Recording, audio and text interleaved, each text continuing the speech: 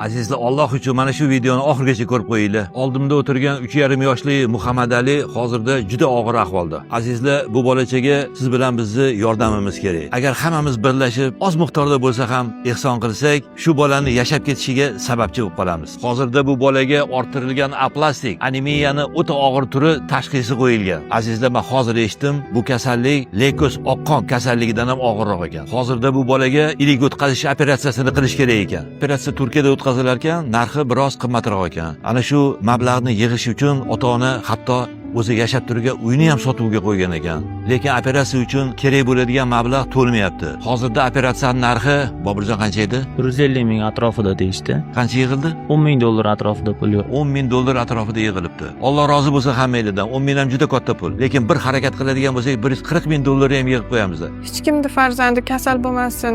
Iltimos, meni o'g'limga ham yordam beringlar. Qo'ldan kelgancha harakat qilyapman bu pulni topishga, lekin biroz katta summa bo'lgani uchun qo'limdan kelmayapti. Qo'limdan kelganda harakat qilyapman. Sizlardan ham yordam kutib qolaman. Rahmat kattakon. Alloh rozi bo'lsin. Azizlar, bir vatandamiz, bir kuch bo'lib, shu bolani yashab qolishiga sababchi bo'laylik. Pul tomonlama yordam bera olmasanglar, duolaringizda eslab qo'yinglar. Bitta bo'lsa ham do'stingizga yuborib qo'ying. Zora shu savoblarga birgalashib hammamiz sherik bo'lsak va inshaalloh shu bolamiz yashab qolishiga sababchi bo'lsak.